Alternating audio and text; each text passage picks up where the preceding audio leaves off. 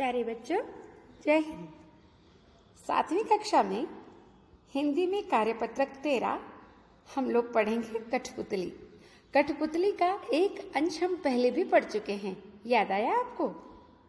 कठपुतली गुस्से से उबली, बोली, ये धागे क्यों है मेरे पीछे आगे? इन्हें तोड़ दो, मुझे मेरे पैरों पर छोड़ दो। याद है कि किस प्रकार जो कठपुतली है उसके मनोदशा का वर्णन किया है कि उसके मन की क्या दशा है। कठपुतली के चारों ओर धागे बंधे होते हैं ना, जिससे कठपुतली नचाई जाती है। तो कठपुतली बात कर रही है और कह रही है इन धागों के कारण बहुत दुखी है, विद्रोह करती है। कहती है कि ये धागे मेरे आगे पीछे क्यों हैं, मुझे मेरे पाँव पर छोड़ दो। ये हमने पिछली बार पढ़ा था और अब हम उसके आगे पढ़ते हैं।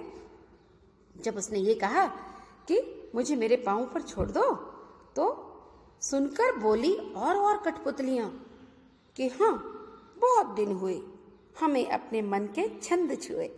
छंद यानी गीत। तो और कठपुतलियां भी ये बात सुनकर कहने लगी कि हाँ, बहुत दिन हो गए हम अपने मन के गीत नहीं गा सके, यानी अपने मन से कहीं जा नहीं सके। नहीं मन कर रहा हमें नाचने का, लेकिन धागे हैं तो हमें नाचना पड़ता है। तो और कठपुतलियां भी कहने लगी कि अब हम नाच नाच कर दूसरों के इशारे पर थक गए हैं, अपनी मनमर्जी किए बहुत टाइम हो गया। ठीक कह रही हो तुम। मगर पहली कठपुतली सोचने लगी, ये कैसी इच्छा मेरे मन में जगी। जब और कठपुतलियों ने भी विद्रोह कर दिया और कठपुतलियां भी बोलने लगी कि हाँ हाँ, तुम ठीक कह रही हो, छोड़ दो, ये धागे तोड़ दो, हम दूसरों के इशारे पर नहीं नाचेंगे, अपनी मनमर्जी से चलेंगे। तो पहली कठपुतली फिर सोचने लगी, अरे ये कैसी इच्छा मैंने अपने मन में जगा ली, ये मैंने क्या कह दिया। ये तो बाकी कठपुतलियां भी यही कहने लगी हैं। अब अगर हमारे साथ अच्छा होगा या बुरा होगा, ये सारी जिम्मेदारी तो मुझ पर ही आ गई ना। तो और कठपुतलियों की जिम्मेदारी भी अब उस पर आ गई थी। जो हमारे घर के मुखिया होते हैं, तो हमारे घर के मुखिया जो भी निर्णय लेते हैं वो बहुत सोच समझ कर लेते हैं, क्योंकि उन्हें पता है पूरे परिवार की जिम्मेदारी उन पर आ गई है। बच्चों, तुम्हारे घर के मुखिया कौन है, माता या पिता? माता पिता दोनों भी घर के मुखिया हो सकते हैं। वो जो भी फैसला लेते हैं ये सोच समझ कर लेते हैं कि इसके परिणाम क्या होंगे, उसके परिणाम के विषय में भी वो चिंतित होते हैं। तो ऐसे ही इस कठपुतली ने भी कह तो दिया, वो अपनी जिम्मेदारी तो ले सकती थी कि यदि धागे उसके आसपास से तोड़ दिए जाएं, वो चल पाएगी कि नहीं चल पाएगी अभी उसे नहीं पता था। तो अपनी जिम्मेदारी तो वो ले सकती थी, लेकिन अन्य कठपुतलियों के साथ कुछ गलत हो जाए वो जिम्मेदारी तो नहीं ले सकती थी ना। लेकिन जिम्मेदारी उस पर आ गई। उसी के कहने के कारण तो अन्य कठपुतलियों ने भी विद्रोह किया था। तो बच्चों, अब हम इसके प्रश्नोत्तर पढ़ते हैं। पहली कठपुतली की बात सुनकर बाकी कठपुतलियों ने क्या कहा?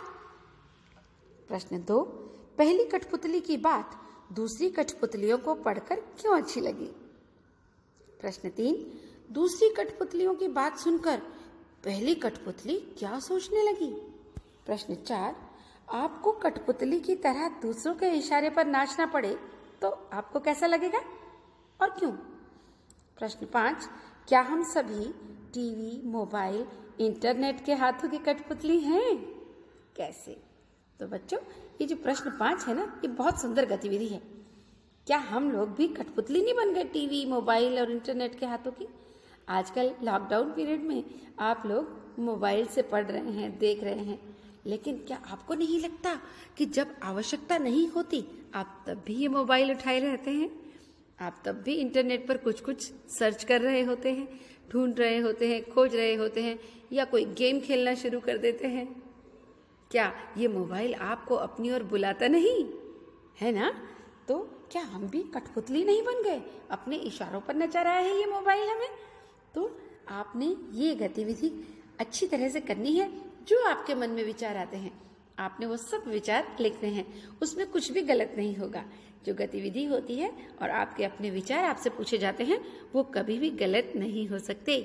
हमारा मन हमें गलत की तरफ तो कभी ले ही नहीं जाता ना। तो आप इस गतिविधि को अपने मन से कीजिए और बताइए कि हम कैसे मोबाइल, इंटरनेट, इन सब के हाथों की कठपुतली बनकर रह गए हैं। तो बच्चों जल्दी से इस कार्यपत्रक को कीजिए और अपनी मीनाक्षी मैडम को व्हाट्सएप नंबर पर भेज दीजिए। धन्यवाद।